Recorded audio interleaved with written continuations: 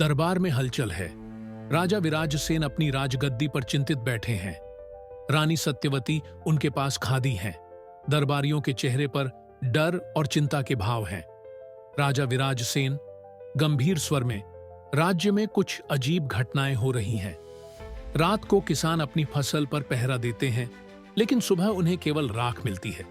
ये सब किसी साधारण चोर का काम नहीं हो सकता। दरबारी, महाराज, कुछ लोग कहते हैं कि जंगल के भीतर कोई अदृश्य शक्ति है जो इन घटनाओं के पीछे है। रानी सत्यवती चिंता भरे स्वर में, विराज, कहीं यह असुराज की कोई नई चाल तो नहीं? राजा विराजसेन मुट्ठी भींचते हुए, अगर यह सच है तो हमें इसका अंत करना होगा।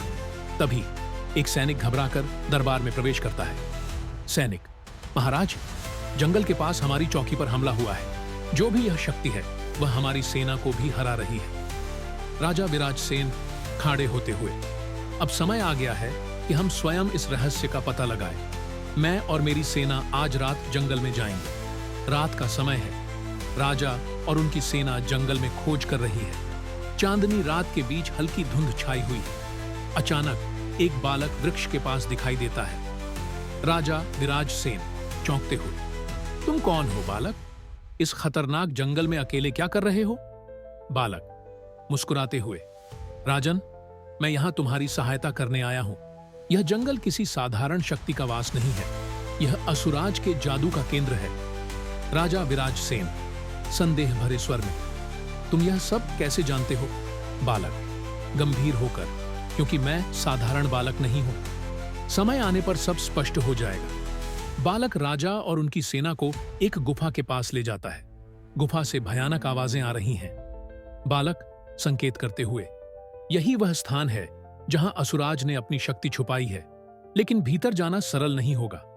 राजा विराजसेन दृढ़ता से, मैं अपने राज्य की रक्षा के लिए किसी भी चुनौती का सामना कर सकता हूं। गुफा के भीतर राजा और उनकी सेना अद्भुत जादुई शक्तियों का सामना करते हैं।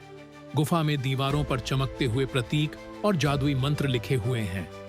सैनिक डरते हुए, महाराज, यह जगह बहुत डरावनी है।